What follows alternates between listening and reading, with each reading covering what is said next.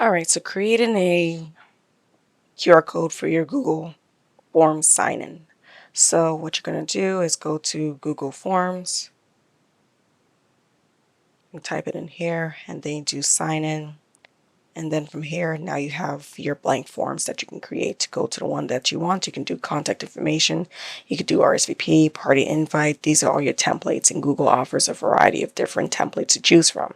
So this kind of helps you to quicken how fast you produce something. Now, if you want to do RSVP, then you can do that, or you can build your own from scratch. So here we have enter RSVP, then you go in, you change it to, say, for example, awesome event sign up. You can go ahead, you can change image here, you can go here where it says replace header image, and then you can choose something else. You can choose from your uploads on your computer or photos from your Google Drive photos, and everything else, Google Images, by URL, whatever the case is. You will likely be using the upload method so that you can actually go ahead and just browse through your files, drop them here, and then you can put it there as your header. After that, you have all this information. So it says, can you attend? What are the names of the people attending? How did you hear about this event? Comments and questions. And if you want to add anything else, you can go ahead and do add question. So add question means, what is your zip code, or whatever it is you want to ask. Or you can do, what supplies can you bring to this event, if you're asking for people to help you out. And then you have on this side where you can specify what kind of question you want this to be. You can have it be a short answer where it's going to give just a few characters of space for someone to give a relatively short answer, maybe 2 or 3 sentences. If you want it to be a long answer, like an essay, you can have this as paragraph. If you want it to be multiple choice and say food, and then click here, say drinks, party supplies, etc. And then you have the ability of making it a required question so that if you want to force someone to answer, they have to, otherwise they will not be able to complete this sign up. You also have the option of doing checkboxes, which will change it so you can allow them to have multiple selections. Another option you have is a drop down. And the drop down, I don't think too many people use it, but it's just there. So you can play around and figure out what it is that you want. The other options here is like ratings and such, linear scales. Those are more for like survey-based things, which I'm not sure you would want to use right away. So let's just keep it with multiple choice for now. Then when you finish that and you decide that you are done and you have all of the questions that you want to make sure that you have made the form as detailed as possible, you would go to publish. And then the responders would be anyone with the link. If you wanted it to be very specific, you could do anyone, or you can do remove link for the responder view, or you can do restricted, anyone with the link for editor view.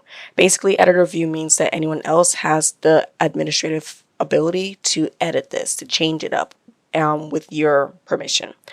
And the responder view is just basically going to be send it to anyone who has access to this link. So now we press done, and then we hit publish. Now that it is published, you can actually copy the URL here, or you can access it here. So it says copy responder link. Once you do that, you shorten the URL. If you want to, you press copy. So now you have it copied. Now let's say that we go to a new tab, we paste it, and all of a sudden, there it is. So now if I were to answer this, I would basically be, putting all of my answers in. But before we get to that part, let's go to responses. We have something here called Link to Sheets. Link to Sheets allows you to connect all of the responses for this form to an Excel sheet or a spreadsheet for Google. So we're going to do create, and then it naturally opens up a new tab for you with it pre-populated with all of your answers. So now if we were to go back here, and if I were to answer the mandatory question of food, then I would be able to, start completing this form. Let's say, yes, I'll be there. And then let's just say my cat. How did I hear about this event? Friend. NA for comments or questions. You hit the form. Again, notice before I hit it that this is not populated. Now when I press submit, it's going to show it's populated. Here it is at the timestamp that I have, entered, and everything is right here for you. Now the next step after this is to pretty much just go ahead and create the Canva QR code, or the QR code on Canva if you have a subscription. So what I would do is I would go back to this link, and I would actually, or I can go back to the responders link. So I would hit copy responder link, copy, and then I'll go to Canva. I use the desktop version, but you can also use the online version as well. Now let's say if I want to go to presentation or whatever the format of your document is. Then I'm going to go to the left hand side, and I believe that you should have the QR code already there, the tool. But if you don't, you can find it here for apps, I believe, and then QR code. And then this is the one that I use, this specific symbol. But because I already use it so often, it's right down here for me. So then I press the bar and put the QR code here, generate code, and there you go. Now, if you're to use your phone to scan the code, like I'm going to do right now, you can try it out yourself on your phone.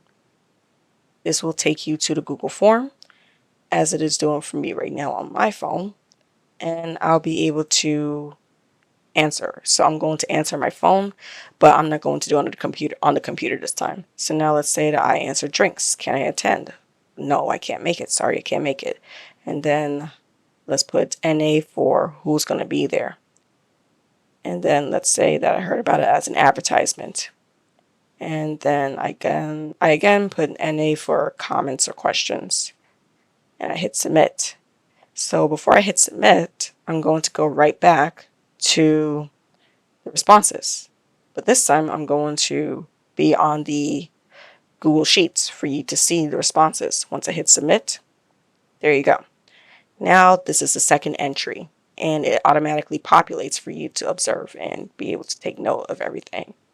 So essentially, this is how you go from having a Google form to then making the Google spreadsheet, and then using the link from the Google form to put it into Canva to generate the QR code using the QR code feature that they have.